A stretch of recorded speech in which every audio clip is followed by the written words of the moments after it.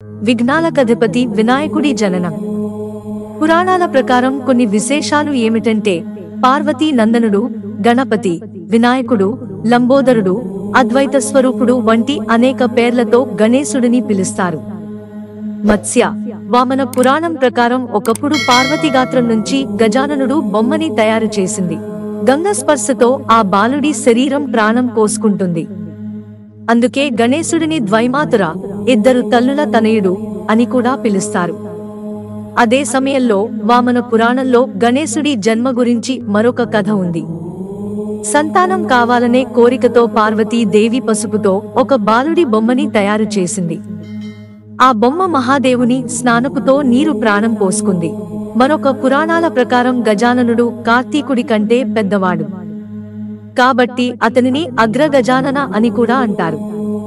తారకాసుర హింస నుండి మునులను, ఋషులను, ప్రపంచంలోని సాధు జీవులను రక్షించడానికి శివపార్వతులు విఘ్నేశ్వరుడిని సృష్టించారు. వినాయకుడు తారకాసురుడి నుంచి సంస్థ లోకాన్ని రక్షిస్తాడు. శివ పురాణం ప్రకారం పార్వతీ దేవి ఒకసారి తన శరీరం నుంచి వచ్చిన మట్టిని తీసుకుని ఒక అద్భుతమైన బాలుడిని సృష్టించి ఆ బాలుడి శరీరంలోకి ప్రాణం పోసింది. ఆ తర్వాత గేటుకు కాపలాగా నియమించి నిద్రపోయింది. అప్పుడు మహాదేవుడు ఆ ప్రదేశానికి వచ్చి పార్వతీ దేవి నివాస ద్వారం వద్ద కాపలాగా ఉన్న బాలుడిని చూశాడు. శివుడిని పార్వతీ దేవి వద్దకు వెళ్లనీయకుండా అడ్డుకున్నాడు ఆ అబ్బాయి. శివుడికి కోపం వచ్చి బలవంతంగా పార్వతీ దగ్గరకు వెళ్లేందుకు ప్రయత్నించాడు. అయితే బాలుడి వెళ్లనివ్వకపోవడంతో శివుడు, శివగణాలు బాలుడితో యుద్ధం చేసి ఓడిపోయారు. దీంతో శివుడికి కోపం వచ్చి తన త్రిశూలంతో బాలుడి తలను వేరు చేశాడు. ఆ తలను భస్మం చేశాడు. నిద్రలేచిన పార్వతీ దేవి తన కొడుకు పరిస్థితి చూసి శివుడిని వేడుకుంది. అప్పుడు పార్వతీ దేవిని శాంతింపజేయడానికి బాలుడికి తిరిగి జీవం పోయాలని భావించారు. దీంతో బాలుడి తల ప్రాంతంలో మరొక తల అమర్చేందుకు మరొక తల కోసం అన్వేషణ ప్రారంభించారు. ఒక ఏనుగు ఉత్తరం వైపు తల పెట్టి చచ్చిపడి ఉంది.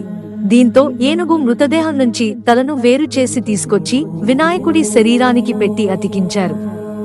శివుడు విఘ్నేశ్వరుడిని తన వంశానికి అధిపతిగా చేసుకున్నాడు.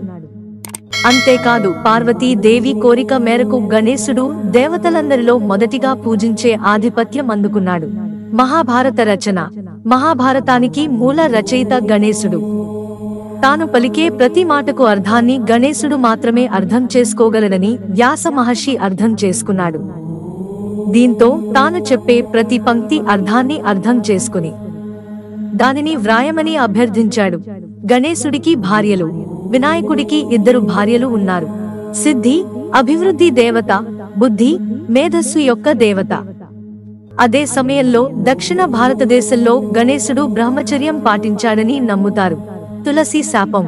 పురాణ కథనం ప్రకారం గజాననుడు ఒకానొక సమయంలో గంగానది ఒడ్డున కూర్చుని ధ్యానం చేస్తున్నాడు.